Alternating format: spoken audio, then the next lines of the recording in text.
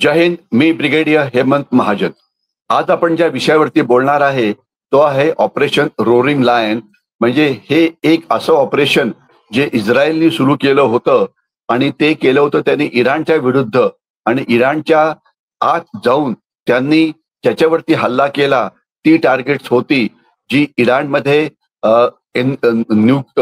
Uranium enrichment करण्याकरता ज्या जागा असतात त्या जागा, जिथे त्यांनी एनरिच युरेनियम ठेवलं होतं त्या जागा, कमांड कंट्रोलच्या जागा, आणि याच्याशिवाय जिथे त्यांची मिसाईल्स म्हणजे क्षेपणास्त्र तयार होत होती त्या जागा. असं मानलं जातं की जवळजवळ 200हून जास्त इस्रायलच्या लढाऊ विमानांनी अशा साईट्सवरती हल्ला केला आणि यामध्ये इराणचं खूप नुकसान झालं. आणि असं पण मानलं जातं की हे जे नुकसान झालेलं आहे इराणच्या न्यूक्लिअर प्रोग्रामचं, ते जवळजवळ इराणला ॲटलिस्ट 5 ते 10 वर्ष मागे घेऊन जाईल. आपण थोडक्यात बघायला पाहिजे की इस्रायलने हा हल्ला आत्ता का केला, या हल्ल्यामध्ये काय काय नुकसान झालं इराणचं, आणि येणाऱ्या काळामध्ये काय होऊ शकतं, आणि सर्वात जास्त महत्वाचं की याचा भारतावरती काय परिणाम होईल. तर आपण बघाल तर इराण हा इस्रायलचा नंबर 1 शत्रू आहे. तसं म्हटलं तर इराणची लोकसंख्या ही 3 कोटीच्या आसपास असावी आणि तिथले जे लोक आहेत ते शिया मुसलमान आहेत. आणि जर आपण भारत आणि इराणचा जर इतिहास बघितला तर आपल्याला असं दिसतं की आणि भारताने अनेक वेळा इराणशी मैत्री करण्याचा प्रयत्न केलेला आहे. आपण चाबारचा बंदर असो की इतर काही प्रकल्प असो, परंतु प्रत्येक वेळा काही ना काहीतरी कारणामुळे इराण एक तर पाकिस्तानच्या बाजूनी बोलतं, दुसरे जे आपले प्रकल्प असतात ते कधी पुढे जात नाही, आणि तिसरं अमेरिकेने त्यांच्यावरती काही बंधनं घातल्यामुळे इराणकडनं आपल्याला तेल सुद्धा मिळत नाही. सध्या आपण 1 मिनिट भारताविषयी बोलणं थांबवूया आणि बघूया की इराणचा जो न्यूक्लिअर प्रोग्राम आहे तो म्हणजे नेमका काय. तर इराण युरेनियमला एनरिच करून न्यूक्लिअर वेपन्स म्हणजे अणुबॉम्ब तयार करण्याचा प्रयत्न करतो आहे. आणि असं मानलं जातं की त्यांच्याकडे 9 ते 10 अणुबॉम्ब बनवण्या इतकं एनरिच्ड युरेनियम असावं. अणुबॉम्ब जे बनतात 2-3 प्रकारे बनू शकतात. म्हणजे त्याचा स्फोटक पदार्थ असतो तो एक तर एनरिच युरेनियमच्या मदतीने किंवा दुसरं प्लुटोनियमच्या मदतीने. एनरिच युरेनियम म्हणजे काय? युरेनियम हा धातू तुम्हाला नेचरमध्ये मिळतो आणि ज्या वेळेला त्याचं कॉन्सन्ट्रेशन खूप केलं जातं तर त्यावेळेला ती एनरिचमेंटची जी प्रोसेस असते ही एक खूप लांब असते. याच्याकरता मोठ्या प्रकारचं तंत्रज्ञान लागतं आणि ज्या वेळेला एका ठराविक लेवलच्या वरती जर एनरिचमेंट गेली तर तर ते युरेनियम तुम्हाला न्यूक्लिअर बॉम्बमध्ये एक्सप्लोजिव्ह मटेरियल म्हणून वापरता येतं. आपण ज्यावेळेला न्यूक्लिअर वेपन्स विषयी बोलतो तर याचे समजा आपल्याला 3 मोठे भाग मानता येतील. एक तर न्यूक्लिअर वेपनचा कोर की ज्याच्यामध्ये एक्सप्लोजिव्ह असतं. दुसरं त्याच्यावरती असणारा ट्रिगर. ट्रिगर म्हणजे ज्याच्यामुळे तो न्यूक्लिअर रिॲक्शन जी आहे ती सुरू होते. आणि अजून एक अत्यंत महत्वाची जी प्रणाली असते त्या प्रणालीला म्हटलं जातं कॅरियर. कॅरियर म्हणजे काय की एक असं वाहन की जे न्यूक्लिअर बॉम्बला टार्गेट पर्यंत घेऊन जातं. आणि हे जे कॅरियर्स असतात हे 3 प्रकारचे असतात. जमिनीपासून आकाशात जाणारे कॅरियर म्हणजे ज्याला आपण थोडक्यात क्षेपणास्त्र म्हणू शकतो. दुसरं आकाशातून उडणारे कॅरियर्स ते ज्याला आपण लढाऊ विमान म्हणू शकतो. जसं भारताकडे मिराज आहे, जगवार आहे, याच्याशिवाय सुखोई आहेत आणि राफेल ही विमानं अणुबॉम्ब कॅरी करू शकतात आणि त्यांना घेऊन फायरिंग पण करू शकतात. परंतु जमिनीवरची जे मिसाईल्स असतात तो एक वेगळा प्रकार असतो. जसा भारताकडे अग्नि-1, अग्नि-2, अग्नि-3, अग्नि-4, अग्नि-5 हे मिसाईल्स आहे. आणि अग्नि-5 हे जे मिसाईल आहे हे जवळजवळ 5000 किलोमीटर इतकं लांब पण जाऊ शकतं. त्याच्यामुळे जो पूर्ण चीनचा जो भाग आहे तो आपल्या रेंज म्हणजे पल्ल्याच्या आत आहे. आणि तिसरं असतं तिसऱ्या प्रकारचं जे कॅरियर असतं ते म्हणजे समुद्रातनं अणुबॉम्ब फायर करायचा. त्याच्यामध्ये या तर त्या समुद्रातली तुमची जी मोठी नौदलाची बोट असते त्याच्यावरनं फायर करता येईल, किंवा दुसरं जे असतं ते म्हणजे पाणबुडी म्हणजे जी समुद्राच्या खालून जाते त्याच्यामधून तुम्हाला सबमरीन लॉन्च्ड बॅलिस्टिक मिसाईलच्या मदतीने हे युरेनियम तुम्हाला फायर करता येईल. तर हे वेगवेगळे प्रकार असतात. सध्या इराणकडे त्याला म्हणायचं SLBM हे अजिबात नाहीयेत. म्हणजे सबमरीनमधनं ते मिसाईल काही लॉन्च करू शकत नाहीत. आकाश बोटीमधून मिसाईल फायर करण्याची त्यांची क्षमता फार कमी आहे. त्यांच्याकडे विमानं तर भरपूर आहेत, ज्याच्यामधनं ते अणुबॉम्ब फायर करू शकतात. परंतु जर ते आकाशात गेले तर त्यांना इस्रायल उडवून लावेल, म्हणून त्यांना वाटतं की त्यांच्याकरता सर्वात चांगलं जे कॅरियर आहे ते म्हणजे क्षेपणास्त्र किंवा मिसाईल, त्याला ग्राउंड टू एअर मिसाईल असं म्हणता येतील, आणि ती मिसाईल त्यांच्याकडे पुष्कळ आहेत. आपण जर इराणच्या न्यूक्लिअर प्रोग्रामकडे बघितलं तर आपल्याला असं दिसतं की त्यांना 3 राष्ट्रांनी मदत केली आहे. एक राष्ट्र आहे चीन, दुसरं आहे नॉर्थ कोरिया आणि तिसरं आहे पाकिस्तान. जनरली एनरिचमेंट प्रोग्राम करता त्यांना पाकिस्तानने मदत केलेली आहे. त्यांना जे युरेनियम दिलेलं आहे ते चीननी दिलेलं आहे, आणि जे क्षेपणास्त्र असतात त्याचा एक्सपर्ट अर्थात नॉर्थ कोरिया आहे, त्यांना नॉर्थ कोरियाकडनं मदत मिळालेली आहे. म्हणजे 3 राष्ट्र, या तिन्ही राष्ट्रांना आपण भारत विरोधी मानता येईल, खास तर पाकिस्तान आणि चीन, तर त्यांनी त्यांना मदत केलेली आहे. आणि आता असं मानलं जात आहे की जसं इस्रायलचे पंतप्रधान नेत्यांनी म्हणाले होते की ही लढाई सुरू झालेली आहे रोलिंग लायन, परंतु अजूनही संपायला वेळ लागेल, कारण त्यांनी जी 9-10 ठिकाणं होती तिथे त्यांना हल्ला करायचा होता. त्यांनी हल्ला तर केला, परंतु जे पेनिट्रेशन व्हायला पाहिजे जमिनीच्या आत, कारण हे सगळं सामान जमिनीच्या खूप आत अत्यंत खोलवर असं केलं जातं. त्याच्यावरती कॉन्क्रीटचं मोठं त्याच्यावरती कव्हर असतं. तर त्याच्यामुळे ते कॉन्क्रीटचं कव्हर तोडून आत जाऊन मिसाईलला डॅमेज करायचं, याला खूप म्हणजे खोलवर जाणारी तुमच्याकडे मिसाईल्स अशी पाहिजे. तर म्हणजे थोडक्यात इस्रायलला जिथे हल्ले केले तिथे पुन्हा अजून काही वेळा मिसाईल्स डागावी लागतील की ज्याच्यामुळे ते खोलवर जाऊन त्यांच्या पूर्ण प्रोग्रामचं नुकसान करू शकतील. पण एवढं मात्र खरं की सध्याच्या हल्ल्यामध्ये इस्रायलनी इराणचं खूपच नुकसान केलं आहे. ते नुकसान केवळ सैन्य सामुग्रीचं झालं आहे एवढंच नाही, तर याच्याशिवाय इराण रिव्होल्युशनरी गार्ड म्हणजे इराणचं एक असं दल आहे की ज्याला सर्वात मोस्ट पॉवरफुल दल असं म्हटलं जातं, त्यांचे जनरल याच्यात मारले गेलेले आहेत. इराणचे अनेक वरिष्ठ अधिकारी, सैनिकी अधिकारी मी म्हणतोय, ते मारले गेलेले आहेत. त्याच्याशिवाय इराणचे अनेक न्यूक्लिअर सायंटिस्ट हे याच्यामध्ये मारले गेलेले आहेत. म्हणजे इराणला प्रचंड असं मोठं नुकसानाला तोंड द्यावं लागलेलं आहे.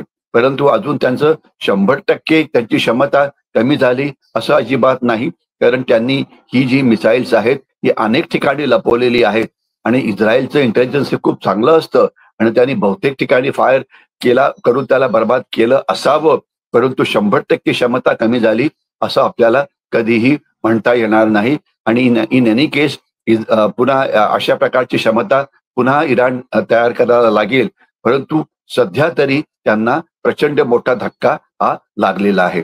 परंतु यामुळे इराणची इस्रायलला त्रास देण्याची किंवा इस्रायलवरती हल्ला करण्याची क्षमता कमी होईल का, तर त्याचं उत्तर आहे अजिबात नाही. कारण इराणने न्यूक्लिअर बॉम्बच्या शिवाय आपले अनेक 3 प्रॉक्सी तयार करून ठेवले आहेत. त्यांच्याकरता लढणारे काही मिलिशिया ग्रुप्स, त्यांना मिलिशिया ग्रुप्स म्हणा किंवा त्यांना दहशतवादी गट म्हणा. हमास जे आहे जे इस्रायलच्या विरोधात लढतं आहे त्याच्याविषयी आपल्याला कल्पना आहे, तो इराणचा प्रॉक्सी गट आहे. परंतु त्याची क्षमता सध्या पुष्कळच कमी झालेली आहे, आणि त्याचं लक्ष सध्या फक्त स्वतःचं आत्मसंरक्षण करून, जेवढे इस्रायलचे ओलीस त्यांच्याकडे आहेत, जेवढे इस्रायलचे नागरिक त्यांच्याकडे बंधक आहेत, त्यांना लफड्यामध्ये सध्या ते गुंतलेले आहेत. दुसरा जो ग्रुप आहे त्याचं नाव आहे हिजबुल्ला. हिजबुल्लाची सुद्धा ताकद आता खूपच कमी झालेली आहे, परंतु ते सुद्धा त्यांच्याकडनं मिसाईल्स हे फायर करू शकतात. ज्यांची ताकद अजून पुष्कळ जास्त आहे ते म्हणजे हुथी रिबेल्स किंवा हुथी बंडखोर जे येमेनमध्ये आहेत, आणि त्यांच्यावरती अमेरिकेने पहिले हल्ला केला होता. आणि आपल्याला आठवत असेल की हे हुथी रिबेल क्षेपणास्त्र फायर करत होते जहाजांवरती, त्याच्यामुळे रेड सी किंवा लाल समुद्रात जी जहाजं व्हाया सुएझ कॅनॉल जी जायची मेडिटेरियन सी मध्ये, त्यांचा तो रस्ता जो होता तो बंद झाला होता. हुथीची क्षमता अजून थोडीशी शिल्लक आहे. तर असं वाटतं की इराण जो प्रतिहल्ला करतो आहे आणि त्यांनी सुरू पण केलेला आहे, तर त्यांनी जवळजवळ 100-200 जे ड्रोन्स आहेत त्याच्या मदतीने त्यांनी हल्ले केले. परंतु इस्रायलकडे त्यांची जी अँटी एअरक्राफ्ट डिफेन्स सिस्टीम आहे, ज्याला AAD असं म्हटलं जातं, ही अत्यंत मजबूत आहे. त्याच्यामध्ये S-400 नावाची जी त्यांची मिसाईल डिफेन्स सिस्टीम आहे ती चांगली आहे. ही म्हणजे एक 3 स्तरीय अशी अँटी एअरक्राफ्ट डिफेन्स सिस्टीम असते, ज्याच्यामध्ये पहिल्या स्तरावरती म्हणजे पहिलं जे काही टार्गेट असतं, जे काही ड्रोन किंवा विमान किंवा मिसाईल जे आपल्याकडे येत असतं, तर त्याच्यावरती लक्ष ठेवलं जातं. सॅटेलाइटच्या मदतीने त्याच्यावरती लक्ष ठेवलं जातं. अवॉक नावाच्या विमानांच्या मदतीने की जे आकाशात उडतात आणि आकाशात सगळीकडे लक्ष ठेवतात. याच्याशिवाय ग्राउंड बेस्ड रडार्स असतात. म्हणजे एक अशी सिस्टीम असते ज्या सिस्टीममुळे तुम्हाला तुमच्यावरती हल्ला करणारं जे क्षेपणास्त्र आहे, हे लगेच दिसतं आणि ते लगेच दिसलं, की तुम्हाला मग त्याच्यावरती काहीतरी कारवाई करायची असते आणि मग ती कारवाई कशी केली जाते? तर त्याला 2-3 प्रकारे त्यांना त्या मिसाईलला थांबवलं जातं. एक तर ते जवळ आले आणि जर जर ते ड्रोन्स वगैरे असतील, तर त्यांना त्या पारंपरिक अँटी एअरक्राफ्ट डिफेन्स सिस्टम असतात, त्याला L-70 गन्स म्हटलं जातं. त्यांचे दारुगोळा ॲक्चुअली फायर करून त्यांना थांबवलं जातं किंवा दुसरे आपल्याकडे स्वतःचे काही ड्रोन्स असतात, त्यांचा वापर केला जातो. आपल्याकडे काही कमी रेंजची क्षेपणास्त्र असतात, त्यांचा वापर केला जातो. काही जास्त लांब रेंजची हे असतात मिसाईल्स असतात, त्यांचा वापर केला जातो. म्हणजे थोडक्यात एका एक्सपर्ट डॉक्टरप्रमाणे योग्य निदान करायला पाहिजे आणि जर ड्रोन समजा 5 लाखाचं असेल, की जे इराणनी पाठवलेलं आहे, तर त्याला नुकसान करण्याकरता शस्त्र आहे, त्याची किंमत 1,00,000हून कमी पाहिजे. कारण जर आपण जास्त किमतीचं शस्त्र वापरलं, तर याचा आपल्याला काही फायदा नाही. आपलं आर्थिक नुकसान हे होऊन जाईल. तर ही S-400 सिस्टीम अत्यंत पॉवरफुल आहे आणि त्याच्यामुळे जवळ-जवळ 99% जी जे मिसाईल्स किंवा ड्रोन्स किंवा हे जे लॉन्च करतील इराण, ते जवळ-जवळ आकाशातच बरबाद केलं जाईल. परंतु इराणमुळे इस्रायलमध्ये टेन्शन वाढलं आहे, त्याच्याविषयी काही कोणालाही म्हणजे शंका नको. आता थोडक्यात आपण बघूया, की जगावरती काय परिणाम झाला आणि इस्रायलनी हे सगळं नुकसान कसं करवलं. इस्रायलने अतिशय इराणला फसवलं. त्याला म्हणतात डिसेप्शन किंवा ज्याला म्हटलं जातं स्ट्रॅटेजिक डिसेप्शन. म्हणजे असं दाखवलं, की सध्या त्यांचं इराणकडे लक्षच नव्हतं. त्याने दाखवलं, की आमचं लक्ष हे हमासकडे आहे. आम्ही हमासशी वाटाघाटी करतो आहे आणि अमेरिकेने इस्रायलच्या बाजूनी एक इशारा दिला, की तुम्हाला आम्ही 60 दिवस देतो आहे. या 60 दिवसामध्ये तुम्ही तुमचा जो एनरिचमेंट प्रोग्राम म्हणजे आपण वाढवलेला आहे, तो तुम्ही कमी कराल आणि जे तुम्ही IAEA याला जे ॲग्री केलं, ही एक संस्था आहे, की जी सगळ्या न्यूक्लिअर वेपन्स वरती लक्ष ठेवून असते. कोणाकडे किती वेपन्स आहे, काय करतात वगैरे. तर त्यांचं सगळं म्हणणं त्यांचं इन्स्पेक्शन तुम्ही मान्य कराल. तर याच्यामध्ये इराणला वाटलं होतं, की म्हणजे आपल्याला 50-60 दिवस अजून आहेत काही पण डिसिजन घेण्याकरता तोपर्यंत इस्रायल काही करणार नाही. आणि या म्हणजे विषय वेगवेगळे चाललेले होते आणि कोणालाही असं वाटत नव्हतं, की आता इस्रायल अचानक हल्ला करेल. परंतु थोडेफार बॅटल इंडिकेशन नक्कीच आले होते. कारण अमेरिकेने त्यांचे जे नागरिक होते त्या भागामध्ये त्यांना सांगितलं होतं, की तुम्ही तिथे राहू नका, धोकेदायक आहे. काही विमानांना इशारा देण्यात आला होता, की तुम्ही त्या भागातनं प्रवेश करू नका. कारण ही सगळी आता नॉन फ्लाय झोन झालेली आहे. म्हणजे थोडेफार इंडिकेशन आली होती, परंतु अशी इंडिकेशन अनेक वेळा येत असल्यामुळे अनेक वेळा त्याच्याकडे पुरेसं जे लक्ष द्यायला पाहिजे, ते लक्ष दिलं जात नाही. तर म्हणजे थोडक्यात इराणला फसवण्यामध्ये इस्रायलला पुन्हा एकदा यश मिळालं आणि त्यांनी इराणचं खूप नुकसान हे केलेलं आहे. आता अमेरिका काय करेल? अमेरिकेला इराणशी इराण विरोधात इस्रायलला मदत करण्याशिवाय त्यांच्याकडे दुसरं कुठलंही गत्यंतर नाही. आणि आपल्याला माहित असेल, की सध्या आपण अनेक जण चर्चा करत आहेत, की आता तिसरं महायुद्ध सुरू होईल का वगैरे, वगैरे. पण एक असा विनोदी प्रकार असा आहे, की सध्या अमेरिकेमध्ये दुसरं सिव्हिल वॉर सुरू आहे. म्हणजे अमेरिकेला स्वातंत्र्य मिळालं होतं पहिल्या सिव्हिल वॉरमध्ये, ज्यावेळेला अमेरिकेचे 2 भाग साऊथ अमेरिका आणि नॉर्थ अमेरिका एकमेकांशी लढले आणि त्याच्यानंतर मग अब्राहम लिंकन यांचा भाग जिंकला आणि मग सगळी अमेरिका ही युनिफाईड झाली. कारण त्यावेळेला अमेरिकेचे 2 तुकडे होणार होते. हा जो अमेरिकन सिव्हिल वॉर नंबर 1 आहे, हा आम्हाला सैन्यामध्ये असताना एक अभ्यासाचा विषय होता. आता सध्या डोनाल्ड ट्रम्पनी अमेरिकन सिव्हिल वॉर नंबर 2 सुरू केलेला आहे. ज्याच्यामध्ये म्हणजे एका बाजूला डोनाल्ड ट्रम्प आहेत आणि दुसऱ्या बाजूला बहुतेक सारे अमेरिकन्स आहेत. त्याच्यामध्ये डेमोक्रॅट्स आहेत, ज्याच्यामध्ये लिबरल्स आहेत त्याच्यामध्ये काही लेफ्टिस्ट आहेत, अनेक प्रकार त्यांचा जो डिटेल त्यात मी जात नाहीये. परंतु तिथे सिव्हिल वॉर चालू असताना अमेरिका इस्रायलकडे फारसं लक्ष देणार नाही, त्यांना फारसं कंट्रोल करण्याचा प्रयत्न करणार नाही. परंतु याचे मात्र जगावरती किंवा भारतावरती पुष्कळसे परिणाम होणार आहेत. त्याच्यावरती आपण लक्ष केंद्रित करायला पाहिजे. एक तर लगेचच पेट्रोलियमच्या ज्या किमती आहेत त्या वाढलेल्या आहेत, परंतु आपल्याला चिंता नको. आपण जे आपलं पेट्रोलियम आहे हे अनेक देशातनं आयात करतो. आपले सगळे कॉन्ट्रॅक्ट हे लॉंग टर्म्स असतात, तर त्याच्यामुळे किंमत जरी वाढली तरी आपल्यावरती फारसा फरक हा होत नाही. दुसरं म्हणजे इराणमध्ये जे प्रकल्प आपले आहेत, खास चाबार वगैरे, हे तसं म्हटलं तर हा प्रकल्प कधी याला यश मिळेल असं कोणालाही वाटत नव्हतं. ते सुद्धा अतिशय डिफिकल्ट दिसतंय. मग तिसरा प्रकार जो आहे ज्याला आयमॅक म्हटलं जातं, India middle east economic corridor माफ करा, तर तो सुद्धा आता धोक्यामध्येच आलेला आहे. मी कसं म्हणतो तो सुरूच झालेला नाहीये, तर धोक्यात काय आला. परंतु जर तो हा कार्यक्रम जर सुरू झाला तर आपल्याला सुएझ कॅनॉलच्या शिवाय एक ऑल्टरनेटिव्ह मिळेल युरोप आणि अमेरिकेकडे जाण्याकरता. तर तो आता पुन्हा उशिरा सुरू होईल आणि याच्याशिवाय आपला थोडाफार व्यापार जो इराणशी असतो तो आता होणार नाही. परंतु चांगली बाब अशी आहे की आता जे नुकसान झालेलं आहे ते चीनने केलेल्या मदतीचं झालेलं आहे, नुकसान झालं आहे ते पाकिस्तानने केलेल्या मदतीचं झालेलं आहे. आणि असं पण म्हणता येईल की अमेरिकेने पाकिस्तानला सुद्धा काही प्रमाणामध्ये मूर्ख बनवलं, त्यांना व्हीआयपी बनवलं आणि त्याच वेळामध्ये इस्रायलनी मोठा हल्ला केला इराणमध्ये. परंतु सध्या जे आंतरराष्ट्रीय वातावरण आहे हे अत्यंत गुंतागुंतीचं आहे. कोण कोणाचा मित्र, कोण कोणाचा शत्रू हे आता ओळखणं हे म्हणजे अतिशय डिफिकल्ट आहे.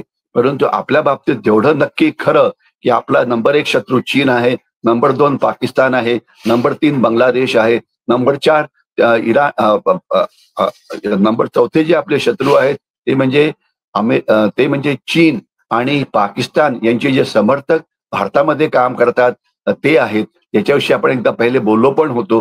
तर हे आपले शत्रू आहेत, त्याच्याविषयी कोणाच्या मनात काही शंका नको.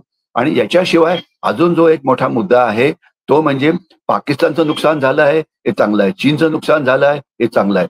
आणि आपला जे आता जे ऑपरेशन सिंदूर झालं होतं किंवा जे पाकिस्तानची लढाई चालली होती याच्यामध्ये खरं म्हटलं तर फक्त 2-3च राष्ट्रांनी आपल्याला खरोखर मदत केली आणि त्याच्यामध्ये नंबर 1 राष्ट्र होतं ते म्हणजे इस्रायल.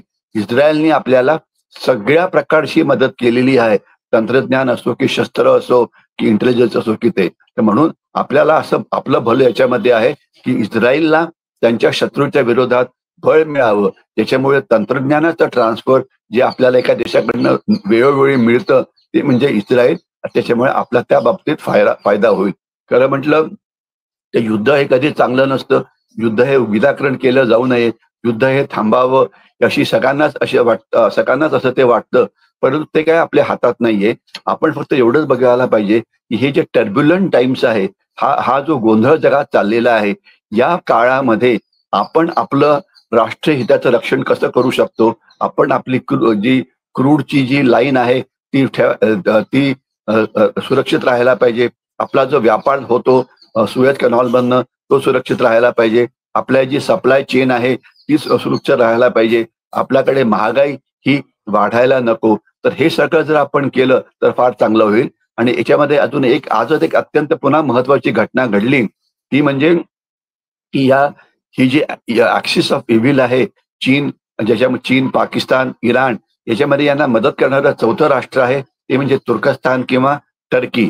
तर आजच टर्कीचे जे शत्रू आहेत सायप्रस यांच्या भेटीला आपले पंतप्रधान नरेंद्र मोदी हे गेलेले आहेत. तर त्याच्यामुळे जसं चाणक्याने हजारो वर्षापूर्वी म्हटलं होतं की शत्रूचा शत्रू हा आपला मित्र असतो, तर त्याप्रमाणे आता आपण सायप्रसला मदत करतो आहोत. म्हणजे थोडक्यामध्ये या इस्रायलनी इराणवरती केलेल्या हल्ल्याचा परिणाम पेट्रोलच्या किमती वाढण्यामध्ये होईल, जग अजून जास्त अस्वस्थ होण्यामध्ये होईल.